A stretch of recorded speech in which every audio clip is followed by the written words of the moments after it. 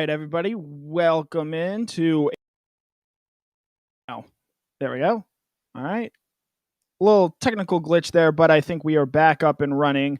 My name is Connor Riley. This is Connor in Coverage. I don't have any of my lower thirds properly loaded, of course, but we do this every Tuesday night, talking the latest in Georgia football, Georgia news, Georgia recruiting. We just wrapped up a big month of June, or essentially about to wrap up. We're back on a dead period now. High school recruiting dead period. Players, coaches, they're all on vacation, taking sort of this week off and next week as they sort of get ready to start gearing up for the second half of summer workouts. They just had a big recruiting month with official visits every weekend. So sort of transitioning away from that into what the rest of the summer looks like. Talking season is really going to heat up, I think. As you've already sort of started to see these preseason All-American teams trickle out. You had a coaching list trickle out today. A lot of talking points over the next couple of months, which I think is good for us. Just gives us more content out there to discuss. My name is Connor Riley. We're going to talk a bunch of stuff tonight, covering a bunch of different issues. We'll start with JT Daniels-Emory Jones, sort of the difference between the two of them, why people are saying what they are saying about them, and what I think that ultimately means going into what should be a very big 2021 season for both of those guys. You also then have transfer portal. Essentially tomorrow is the last day for players to announce to their current schools that they are entering the transfer portal. So we look back at sort of how Georgia has done with regards to the transfer portal in this, I guess, 2021 transfer cycle, if you want to call it. And at the end, we're going to talk a little bit about Gunnar Stockton. Obviously, I think some people here have seen the video circulating around on social media about Gunnar spending some time with Big Bear Alexander and what that might potentially mean, along with the fact that the Elite 11 passing finals are this week. It's usually been a huge barometer for how quarterbacks are doing or performing on the high school prep scene, and Gunnar Stockton is not there. And I don't think that's a bad thing. I just think it goes to show that Gunnar Stockton is a little bit of a different cat and quarterback that Georgia is getting and bringing into their program. So a lot of stuff to talk to you about tonight. We'll answer some of your questions as well. I'm sure you've got a bunch. But without further ado, let's dive into our first topic today, which I did not expect to be talking about. We talked about JT Daniels and how he sort of stacks up among the all-SEC quarterbacks a week ago. And then today, Pro Football Focus comes out with their own sort of rankings and list, and JT Daniels is not on it at all. But I think more interestingly, Emory Jones is on that list. And you know, obviously this is a Georgia-centric show. We talk about them a lot. We've spoken at length about JT Daniels, but I think the most interesting thing to me, and where we're going to lead with tonight's show, is the sort of debate or comparison between JT Daniels and Emory Jones, because I do think, as different as they are as quarterback prospects, and they are incredibly different, there are some similarities in their situations about how they are going to be viewed and looked at, I think, in this pivotal 2021 season. So let's just give a little bit of background on these guys. We'll start with Jones. Last season, 6.9 yards per attempt, 2 touchdowns, 1 interception, 56% completion percentage. Did not start a game in 2020. Ran for 217 yards and 2 rushing touchdowns as well. I think a big reason why he found himself on the Pro Football Focus list is because of his running ability, and he is a very good athlete and someone who I think Dan Mullen has shown in the past can get the most out of. You think back to Nick Fitzgerald there at Mississippi State. I think because of that, that's a guy who, again, this Florida offense is going to look very, very different this year. It's going to have to be tailored to Jones's skill set, which is obviously being a more run-first sort of outfit. And Florida might have the talent for that. They do bring in former 5-star running back DeMarcus Bowman. They do have some talent there at the running back position, but I would also point out last season they couldn't run the ball that well, and maybe they put that on Kyle Trask a little bit, but they also had incredible wide receivers, which Jones isn't going to be able to throw to a Kyle Pitts or a Kadarius Toney or even a Trayvon Grimes, who's a pretty solid third option. Now, they do have some options out there in terms of who they might be throwing to and who they can get the ball to, because they do have a guy like Jacob Copeland, who was a top 100 pick. They do have a guy in Justin Shorter, who was a 5-star talent. They do have some talent there. Keon Zipper was a highly recruited 4-star tight end prospect. But this Florida offense is going to look very, very different than from what it did a season ago. So what I find most interesting is that I think a lot of people feel comfortable making the projection about Jones, whereas you have sort of seen some people maybe not go quite that far with Daniels. And again, part of it is Jones hasn't started a game yet, but he's been in that Florida program for a while. And to this point, we've sort of seen how he can be used. A guy who does have a big arm, not necessarily the most accurate, but a guy who can move around and is going to force Georgia to defend all 53 yards of the field, sideline to sideline, and then obviously front to back. But whether or not he, I think, makes the leap many people are going to think he's making is going to come down to how well he throws the ball. They play Alabama the third week of the season. They play Georgia the day before Halloween. I think as we showed last season, if you're going to beat Georgia or if you're going to beat Alabama or any real elite college football team this season, you're going to have to do it by throwing the ball. Georgia in particular, Jordan Davis is going to make life very hard for Emory Jones in that Florida running game. Nakobe Dean is as well, Quay Walker. While Emory Jones is an incredible athlete, and I have no doubt he'll be able to put up a bunch of rushing yards this season, you also have to feel pretty confident and comfortable with what Georgia has at the linebacker position. You know, he's not Christian Harris, but Quay Walker is a very good player and a very good athlete that I think is going to be someone who's going to be used to neutralize a guy like Jones. You think of Adam Anderson coming off the ends. He's going to have no problem tracking down Emory Jones from behind as he maybe tries to extend plays with his feet there. So with Emory Jones, I get it. There is some past pedigree there with Mullen sort of getting the most out of maybe physically limited passers or accurate passers and turning them into very good quarterbacks and very good offensive weapons. Whereas you look at a guy like JT Daniels, and we'll pull his stats up here. Look, the Georgia fans obviously know who he is. 10.3 yards per attempt. That's the most of any returning Power 5 quarterback. 10 touchdowns and just 2 interceptions. 67% completion percentage. Did actually start in 2020, whereas Jones did not. Went 4-0 in those games, but unlike Jones, has none of the mobility. He is not a mobile quarterback. We did see some athleticism in the pocket a season ago, but if Georgia's going to win, it's because Daniels is able to consistently beat teams from the pocket. You're not going to move him around like you would move around, say, an Emory Jones. And so it's interesting to sort of see how one outlet, Phil Steele, values Daniels a little bit more, and that's just given that we've seen more of Daniels on the field, whereas Steele had Jones as a third teamer, and then Pro Football Focus today comes out and has Jones as a third teamer as well. This is a personal thing. I don't always put a ton of stock into Pro Football Focus, and I can give you an example here. Justin Schaefer was named a first-team All-American for his performance last season, or based off his performance last season. They had Jamari Sawyer as a second-teamer. I think you ask any Georgia fan who is the better of the offensive lineman, they would tell you it is Jamari Sawyer. We talked about this on Dog Nation Daily this morning with Brandon Adams. You know, if Georgia's finding its best 5, are we sure at the end of the season that Sawyer is one of those 5? Because if you think Amarius Mims is one of those guys and you think Tate Ratledge is, those two guys are very popular players. If they're your best 5, that probably means Mims is at left tackle, Sawyer is at left guard, and then you have Tate Ratledge there at right guard. So where is a home for a guy who is projected by some to be a first-team All-American? I don't put a ton of stock into Pro Football Focus. For example, they had, I believe, Miles Brennan as either the first team or second team quarterback.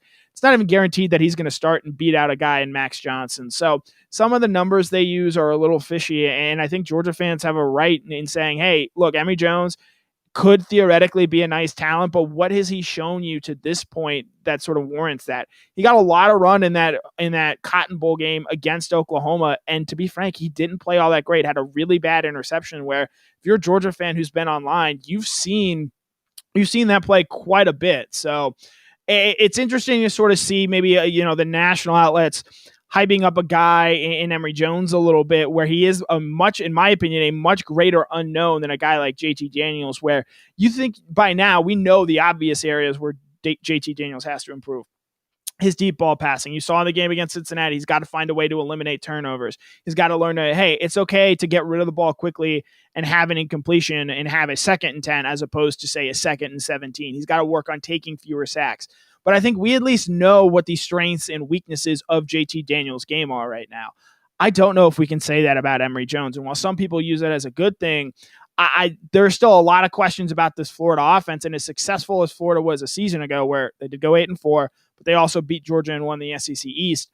If Florida is going to be successful in 2021, it's going to be doing what they did best last year, their offense, doing it in a completely different way. Now, Dan Mullen is a very good offensive coach, I should clarify there. But does that necessarily mean that he's going to be able to completely re-engineer this offense in a way that, as we've sort of seen in recent seasons of college football, if you're going to win, you're not winning necessarily by running the ball a lot and leaning on that ground game and relying on your defense, because Florida doesn't, I believe, have the defense to rely on to sort of play that way. But if teams winning in college football, it's because they're playing like Florida was in 2020, where they're spreading the ball around in the vertical passing game and getting the ball to their athletes downfield. That's what Georgia is poised to do this season. And I don't think Florida is in that same sort of way. They're going to try and beat you horizontally, something Georgia tried to do in 2019 with Jake Fromm there at quarterback, and it really didn't work out all that much. Now, granted, Georgia didn't have the wide receivers that year, and I think Florida probably feels better about its pass catching situation than Georgia did in 2019 there. So it'll be interesting to see how Daniels and Emory Jones sort of battle it out this season and where at the end of the season they end up being. Because I think Jones, if Florida is to beat Georgia this season, which they are not favored to do so, Jones is going to have to play really, really well and clearly outplay a JT Daniels. Whereas if JT Daniels simply has a good game against Florida with all the talent that Georgia has over Florida, I think that'll be enough for Georgia to win. Whereas if Florida's going to beat Georgia and win the East and compete with Alabama this season, as they did a season ago, Emory Jones is going to have to be great. And Mike D brings up on YouTube, good thing he can run because he's going to be doing that a lot. And I would say as well, while there are obvious questions about the Georgia offensive line, there are similar ones about the Florida offensive line. It has not been a dominant group under Dan Mullen there. They just have not necessarily, I think, recruited the bodies needed to win at a high level there. So it'll be interesting to see how a guy like Emory Jones, who I think is very comfortable using his legs, how a not necessarily great offensive line is able to open up holes for him, because I do believe if he's going to be successful, Florida's going to have to design some running plays for him over the course of the game. And they have a guy in Anthony Richardson who also played in that Cotton Bowl who at times looked pretty capable. So, Jones, well, yes, he's listed as a third teamer. Personally here, I wouldn't be stunned. And again, this is not a Florida insider or anything like that. It's just based solely on the Cotton Bowl. I wouldn't be stunned if a guy like Anthony Richardson sort of earns a shot this season because Emory Jones just isn't what he's cracked up to be. So it'll be interesting to see how all that sort of plays out. But again, I find it very interesting, the juxtaposition of JT Daniels and Emory Jones and how the two are compared against each other. There are some people that think JT Daniels is the best quarterback in the SEC. Paul Feinbaum says as much. There are others who rely a lot more on metrics who want to see JT Daniels do a little bit more in 2021. And I think we're going to get that answered first game of the season there against Clemson, because they're going to provide a lot of problems for this Georgia offense that first game. But that's going to be our first segment tonight. My name is Connor Riley. This is Connor in Coverage. We do this every Tuesday, except not next Tuesday because I am on vacation next week. But we'll talk the latest Georgia football. Hopefully we're getting closer and closer to the season now. We are now single-digit Saturdays away from the start of the 2021 season. Georgia Clemson, September 4th. We're getting closer and closer. Fall practice will start up in August. We'll have some real updates there. Some guys making some moves, how the defensive backfield situation is turning out, how the offensive line situation ultimately gets settled, how Arik Gilbert is playing and performing. We're going to talk about him in a little bit here, but ton of news and stuff we're going to have covered. Obviously, SEC Media Days next month. We have a couple guys announcing their decisions, Kojo Antwi, Branson Robinson over the course of that month.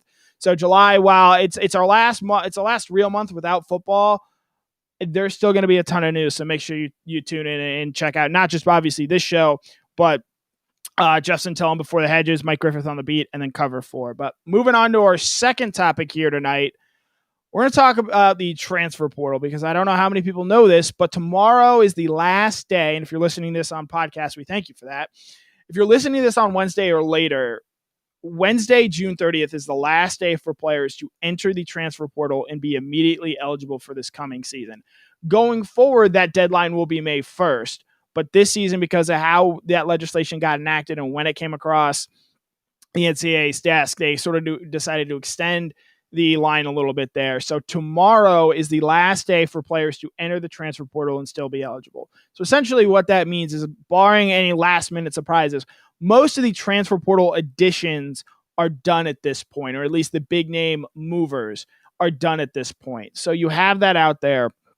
And I thought this would be a good opportunity to take a look back at how Georgia has sort of dealt with and navigated the transfer portal in this sort of cycle, end of the 2020 season and sort of into the 2021 offseason, to see how players left and where they ultimately ended up, and then where Georgia went to go sort of add to its haul of players. And we'll start with the players they lost first, because I think that's maybe a little bit more telling. Georgia has 10 guys from its 2020 roster ultimately decide to enter the transfer portal, and these were guys that are all on scholarship. Dwan Mathis, who did leave before the end of the regular season, he finds himself at Temple. Tyreek Stevenson transfers back home to Miami. Major Burns ends up transferring back home to LSU as well. Trey Blount, a wide receiver, goes to Old Dominion. Tommy Bush, a wide receiver, goes to North Texas. Jermaine Johnson, who did have an extra year of eligibility thanks to the NCAA, decides he's going to go use it at Florida State. Notori Johnson is heading to Middle Tennessee State. Wide receiver Micaiah Tongue is heading to Oregon State. Matt Landers is headed to Toledo. And then the latest addition, Demetrius Robertson, entered, I believe, at the beginning of June. He is still yet to announce where he will ultimately end up playing. But as you see there, 10 players on this list. By the quick math count, you have 4 that are going to Power 5 schools, and then the rest are going to G5 schools. No one dropping down to the D2 level, but you have 10 players on this list. 2 guys who are going to be starters in Stevenson and Johnson, I think, had they stuck around. Major Burns would have been a depth piece. The rest of those guys, specifically, you look at the list, half of them are made up of wide receiver. I think that goes to show you how confident Georgia is in this younger group of wide receivers, where so many of these signees, Trey Blount a 2018, Tommy Bush is a 2018 guy, Matt Landers is, I believe, a 2017 guy. Those guys transfer out of this program, I think, paving the way for younger receivers like an Arian Smith, Marcus Rosemy, Jack Saint, guys who are going to take a bigger jump this season. So the 2 biggest names there are obviously Jermaine Johnson and Tyreek Stevenson. Johnson straight up said he wanted to go be a star and be the pass rusher for Florida State, whereas at Georgia, he's rotating with Adam Anderson. He's rotating with Nolan Smith, MJ Sherman, Robert Beal. Georgia just does not necessarily play star-making defense because they want to play so many guys there. And then Stevenson, obviously, I think he would have been a starting cornerback for this team, but obviously the allure of playing closer home to Miami, Stevenson maybe not always happy at Georgia with what he was asked to do in his first 2 years with the program. So you understand why those guys ultimately make the decision that they do. Major Burns going to LSU, it makes a ton of sense. He was committed there in the process, sort of got number crunched there at the end, and now they have a spot for him, can be closer to his home, closer to his family. And so you understand why a move like that is made to where he can ultimately develop into a piece for LSU there. But I think Georgia, while yes, you do lose 10 players, only 2 of those, and maybe 3 if you want to count Burns, are real losses. And you look at the guys they went in to go get out of the transfer portal. I think there's a case to be made, at least the 3 that they have now are better than any of the players they lost. You bring in Tyke Smith first out of West Virginia, a guy who, for as much as I knock Pro Football Focus, they have identified him as a first-team All-American, a guy who's going to play your star position for Georgia, and I think be a real difference maker on this defense and be a disruptive player in that secondary. Then you go out and you add Darian Kendrick from Clemson, a guy who's probably going to be your starting cornerback week 1 against those same Clemson Tigers. And then you go out and maybe the biggest name in terms of ceiling or potential is Arik Gilbert, who I will point out today, there were a couple of people following along on social media sort of explaining the backstory here. There were some people from Florida saying the grades were an issue for Arik Gilbert. That's why he didn't end up at Florida. There were some LSU people saying that there were some concerns about his grades there as well.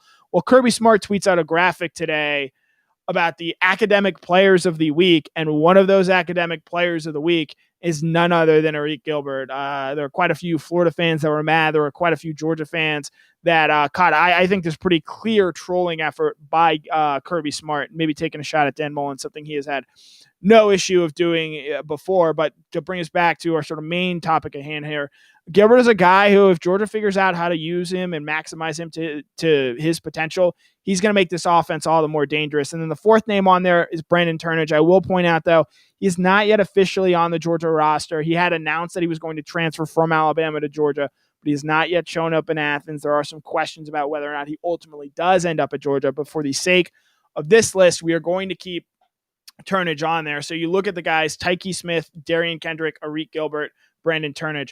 All 4 of those guys come from Power 5 programs. 3 of those guys have legitimate starting experience playing huge roles for the team, specifically in the 2020 season. Tyke Smith is a guy who was a 3rd-team All-American player last year by the Associated Press. Darian Kendrick has played in college football playoff games, and as it stands right now, he's the only player on the roster that can say that for Georgia.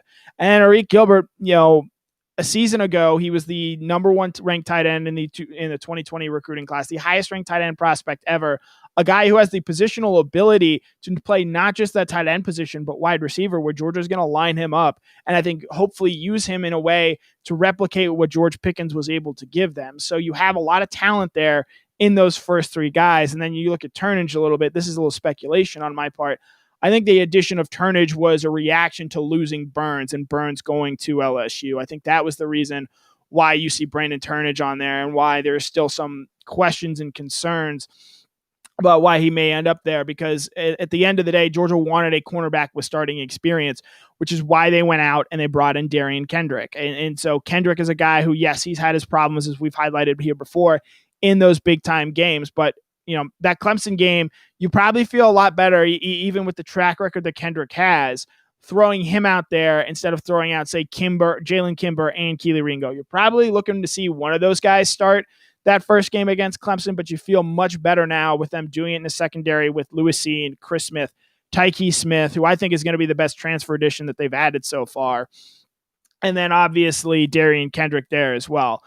Those first three guys, Gilbert, Kendrick, and Smith, I think are all going to play valuable roles for this Georgia team in 2021. I don't know how big of an impact Gilbert is going to have in Georgia's passing offense this year. You could tell me he leads Georgia in receiving. You could tell me he's their fourth or fifth option. I would certainly believe any scenario in between those two things. It's going to be interesting to see how Georgia uses a guy like Gilbert, because again, we've seen, and I wrote about this today, you look at James Cook, how they use him. Darnell Washington is a popular player as well. How does he get used and utilized? These are not exactly straightforward, and Gilbert, I believe, falls into this category. Straightforward, easy-to-use players. You have to have a creative offensive mind, scheming up ways to get these guys the ball in advantageous positions. I think Georgia showed they were able to do that a season ago with Cook in the later stages of the season, and did it as well with George Pickens at times when he was healthy, especially once JT Daniels stepped into the starter's role there. So there's a lot of talent. While Georgia does see some of it leave, 10 guys to the transfer portal, 2 potential starters, they go out and they add 4 players, 3 of which that I think have the opportunity to be big-time contributors for this Georgia team in this 2021 season. I think that's the important thing to remember with the transfer portal going forward. Kirby Smart's going to look for guys who can help and step in and play right now. I will note Tyke Smith is a draft eligible player. Darian Kendrick is a senior, and then Gilbert obviously has 3 years of eligibility left. I think going forward, the trend is still going to be for Kirby Smart to go out and add guys who fit more of the mold of Smith and Kendrick than they necessarily do of Gilbert. Gilbert is sort of the Moby Dick to Kirby Smart's Captain Ahab. Smart had always wanted a guy like Gilbert, recruited him very hard as a high school prospect coming out of Marietta High School, and just didn't get him the first time around and looked like he wasn't going to get him the second time around, but stayed patient, stayed on him, continue to show that, hey, Georgia's a place you can come in and succeed, and ultimately that's how he ends up on this roster. But going forward, Kirby Smart is still going to want to rely on high school players or recruiting high school prospects to build out this team. He's going to use the transfer portal, I think, to add to the edges to help shore up some of these small deficiencies that you have. And you look in the secondary, I think that pretty clearly shows, along with the comments that Smart had made during the 2021 spring practices, that the secondary was a pretty big concern, not just in terms of experience, but in terms of the bodies they had back at there. If you look at the offensive line, while there's not necessarily a great experience or a great product right there right now, the talent there are in that sort of second team, Amarius Mid, Cedric Von Prime, Tate Ratledge, Clay Webb. They have a lot of really talented guys who just need to get on the field. Whereas with the secondary, there's a little bit more concern there, especially at that top end level. That's why I thought you saw them go out and add a guy like Kendrick, go out and add a guy like Tyke Smith. So, we learn a little bit more about the transfer portal every year under Kirby Smart. He's long said he's not a huge fan of it. I think you have to change your tone on that after what he did this offseason. But going forward, I think you're going to continue to see something like this where every year Kirby Smart's willing to go out and add 2, 3, 4 players potentially to address some of the needs and concerns that he has. And if Tyreek Stevenson doesn't transfer away and Major Burns ends up staying, and then so you only have eight guys transferring away, maybe there isn't Darian Kendrick here, maybe there isn't Brandon Turnage here. So maybe that does sort of, these aren't necessarily reactionary to the needs they had at the end of the 2020 season, but rather reacting to the guys that they had enter the portal on their own end. So sort of our second topic there for the night, taking a look back at the transfer portal. So you guys have a ton of questions raving in. There is a natural Jake Fromm, Justin Fields debate that I'm sure we will chalk up and talk about till the end of time. But if you have questions, go ahead and ask them. Ask away. We led tonight talking about JT Daniels-Emory Jones. Hugh Nash, welcome in. Good to see you. Checking in on Facebook. So Ton of stuff going on out there. We're going to touch one thing really quickly here at the end that sort of caught my eye on social media and use it as a larger jumping off point to talk about. Gunnar Stockton, one of the memes out there, not Gunnar Stockton, but, they'd say so-and-so is quote unquote built different. Well, I think Gunnar Stockton actually is a different sort of cat when it comes to your traditional highly touted quarterback recruit. The Elite 11 finals are this weekend out in Los Angeles and is traditionally a place where all the young top quarterbacks showcase their skills and show off what they do and how they play.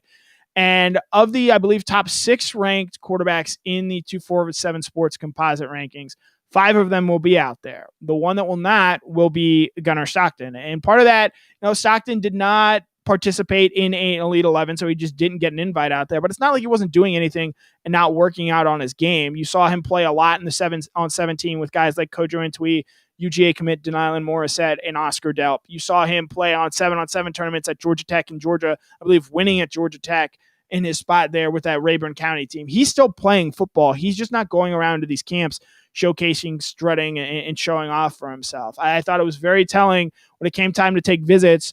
That first weekend when Georgia had all those offensive guys in there, Addison Nichols, Antwi, Delp, Branson Robinson visiting, Gunnar Stockton was there. And he's not a big social media guy. We were talking with our Dog Nation social media guy today, and we're like, you had to look a little bit to find a picture of Gunnar Stockton in a Georgia jersey. But Gunnar, he's not on social media a whole lot. He is actually, on field, I believe he's an incredibly serious competitor, wants to win, has no problem cutting loose and having fun, but is a very, very serious competitor. But away from the field, you do get the sort of impression that he's just a down-to-earth, very chill, very mellow sort of guy, a guy that a lot of guys like being around. He's just, I think, an all-around good guy to be around. People like being around him. You talk to recruits about him. They enjoy being with him in his presence. And so because of that, you see the obvious video this week. Bear Alexander, a guy who I think many people assume is going to just end up with Texas A&M after decommitting from Georgia earlier this month. I think personally that's what's going to end up happening. But I did find it pretty interesting that Bear Alexander shows video of himself hanging out with Gunnar Stockton on a lake. I'll pull up the video for you guys right now, and you can check it out for yourselves.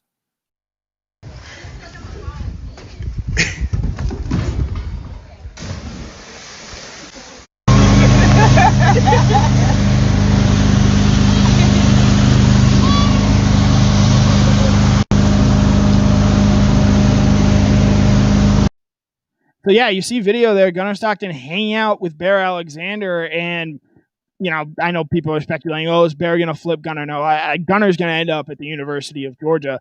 And I just find it interesting, given all the comments about Alexander and where people think he ultimately ends up. I think it says something a lot about Gunnar, that Gunnar is still hanging out, trying to recruit a guy in Alexander that I think Georgia very much wants in this 2022 recruiting cycle, a guy who's a 5-star prospect and is clearly one of the top players in the nation. I know after the reports and people seeing what they've seen about Alexander and Texas A&M, the obvious Nick Williams connection. But I think it says a lot about Stockton as who he is as a person and what people think about him, to where he's able to still have a very good relationship with Alexander, and they're able to hang out on the lake, sort of get to continue to know each other. I think that makes Stockton a very clear asset to this Georgia program, and is a guy many people are going to like and grow to like as he continues to climb the sort of and get closer and closer to the University of Georgia. I know there's a lot of hemming and hawing where you take Brock Vandergriff in one class and Gunnar Stockton in another class. Stockton has told our Jeff Sentell he's going to graduate from the University of Georgia. And so I tend to believe that means he's going to be a guy who's willing to stick it out and stick it around for the long haul. Because Vandergriff and Stockton, as we saw when they both played each other last year, two incredibly talented prospects. And one of them is, I think, going to end up being the starter at Georgia, and one of them is probably going to be waiting behind the other. But if you're Georgia, you feel really confident about the future of your quarterback room, where you have Stockton and you have Vandergriff, two guys who I think have a very high ceiling and can continue to lead this Georgia offense in the direction we all think we're going to see it go with JT Daniels this year. So that's sort of our third topic of the night, wrapping it up on Gunnar Stockton. We talked about the transfer portal and how Georgia sort of did this past year, and then obviously talking off the top of the show about JT Daniels-Emory Jones, sort of the differences between the two, and then sort of how the national media sees the two of them. So let's open it up for questions, comments.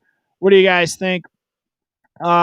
This is a good one from Daniel Aldrich right away. Do you think that Pickens will play against Florida? I don't think so, Daniel. I think that game is scheduled for October 30th. I would look for a November return from Pickens. And while I understand why people would want to see him back out on the field for that game, that is easily Georgia's biggest SEC game this year, Georgia should be able to beat Florida without George Pickens. They have enough talent, both on the offensive and defensive sides of the ball there. And so I think with George Pickens, look for that November return. I think you need a guy like Pickens on the field in the SEC championship game, the college football playoff game.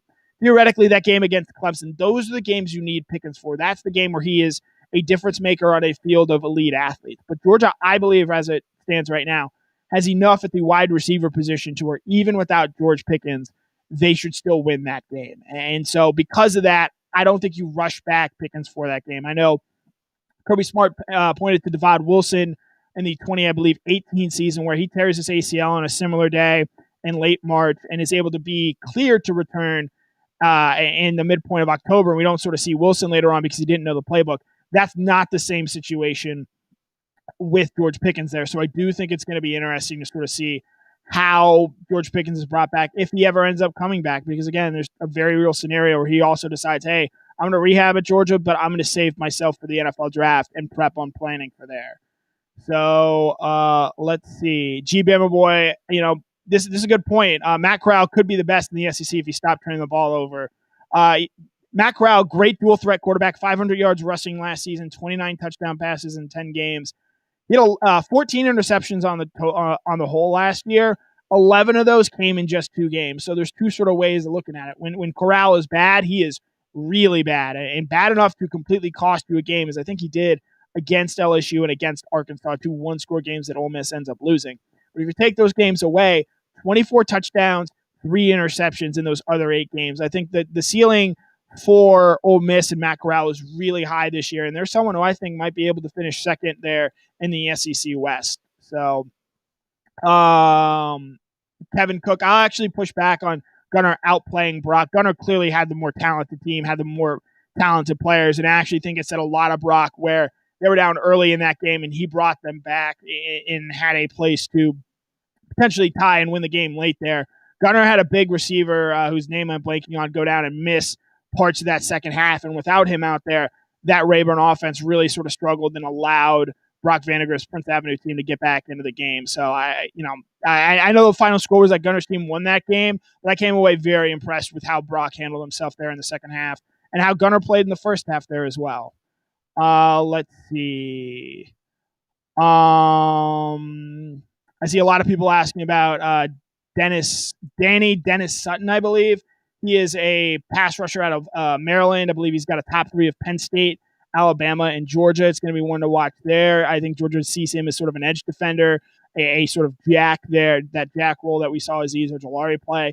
It's going to be a big recruitment. The dead period is here now again, but we learned we will in time have learned a ton about what Georgia was able to do this month and how they were able to impress kids. Obviously, Coach Antwi has his decision coming up. Brandon Adams said this morning he doesn't feel all that confident about him. We'll see how that turns out. Branson Robinson is deciding on July 21st. That's a must-win if you're Georgia. He's your number one running back target. You have to bring him into the class. So we're going to see pretty quickly, I think, in this next month and then August as well, how well Georgia did in this return to visits and where they ultimately end up stacking up. Obviously, you lose 2 5-star decommitments and Bear Alexander and Deion Bowie. Alexander, I think, is going to be a Texas A&M Aggie. We'll see about Bowie sort of opening things up there. And then you get a commitment this past Friday from Ja'Cory Thomas, a guy who I think is going to play the star position for Georgia out of the Orlando area. Let's see. Jordan Bowman asks, who do you like better, Kentucky or Missouri? I think Missouri has the more favorable schedule this year, and long term I would take Missouri, but for this year, give me Kentucky. They bring back some dudes on their 2 lines of scrimmage there, and I think they're going to be a team, as we've seen they've been able to do with Georgia in recent years, really make them work. If they're able to get anything out of their passing game, I think this Kentucky team could be equipped to make some noise and maybe potentially finish second in the SEC East at the end of the season. Croking 123 sums it up much better than I do. Long-term Missouri, short-term Kentucky. Yeah, Joel Moody. I think if you're Georgia, if you can get one of Bear or Bowie back at this point, you'd absolutely take that as a win.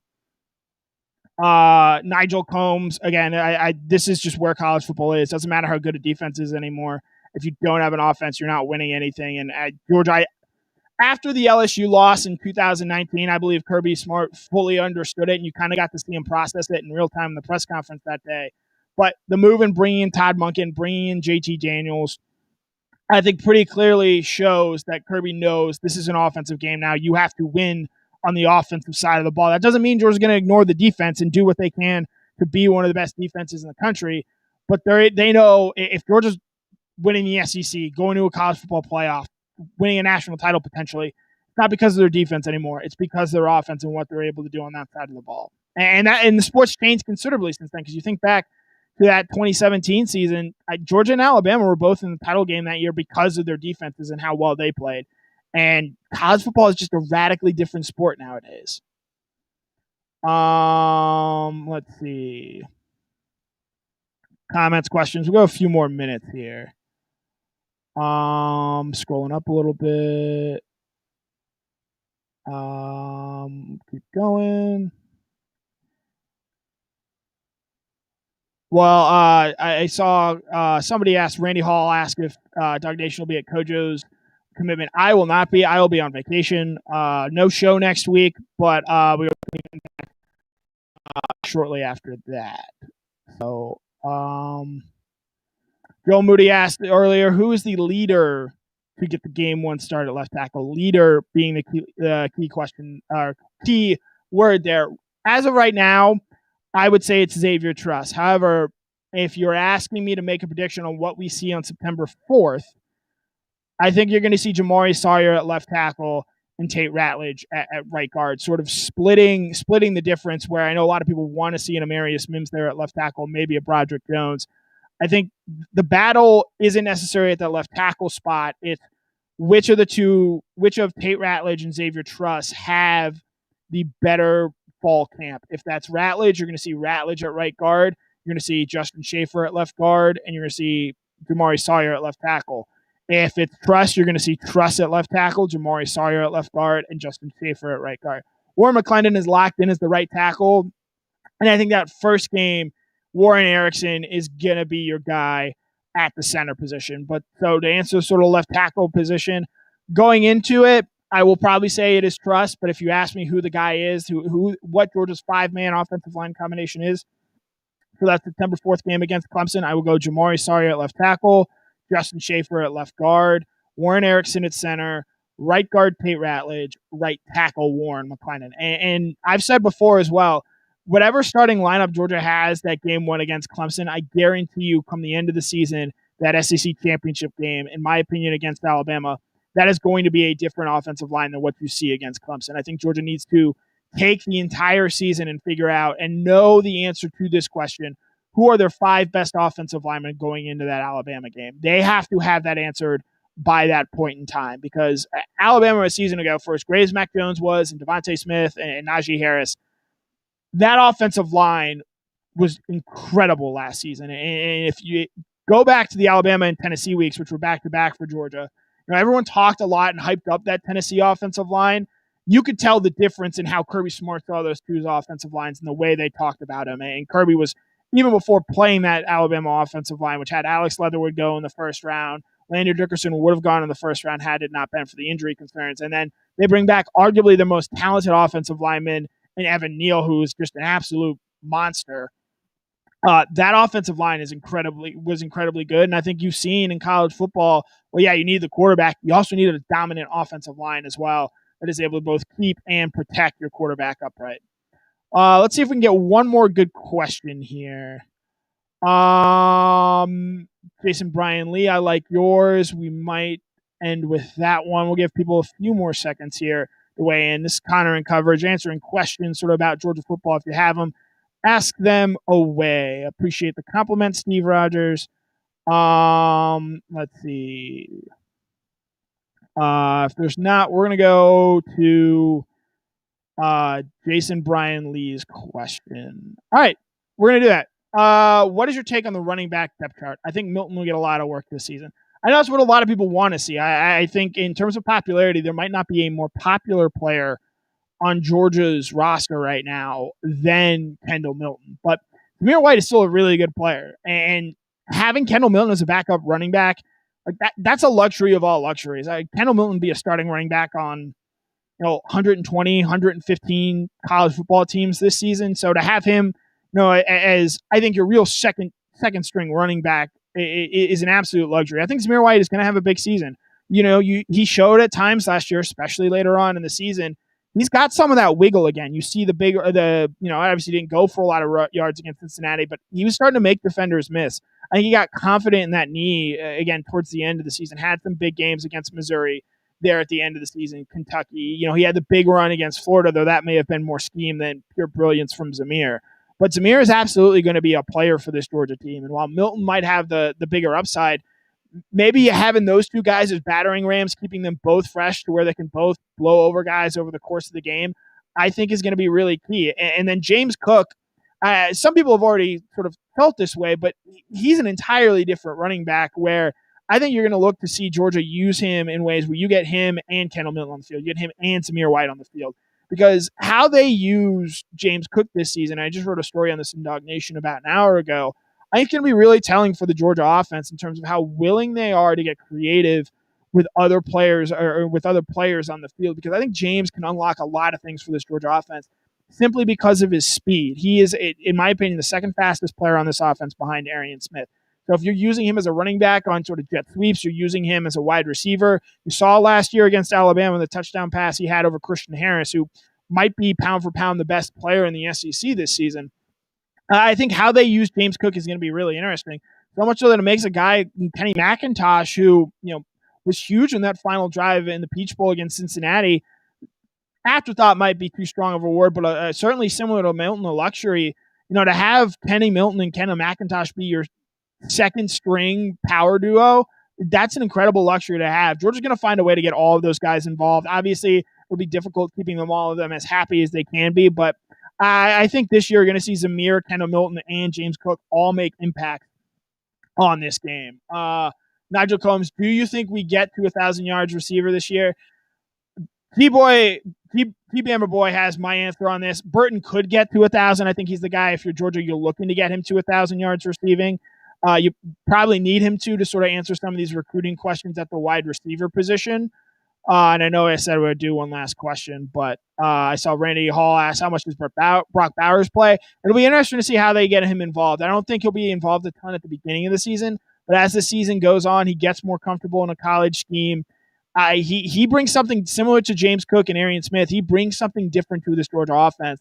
And I think Todd Monken is going to look to utilize those guys as much as he can this coming season. So with that will probably be it for us tonight. Again, my name is Connor Riley. We do this every Tuesday, except next Tuesday when I'm on vacation.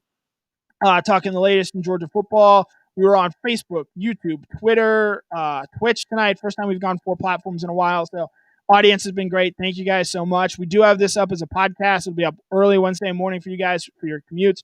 You can get that on Spotify, Apple, Google Play, wherever you get your podcast, SoundCloud.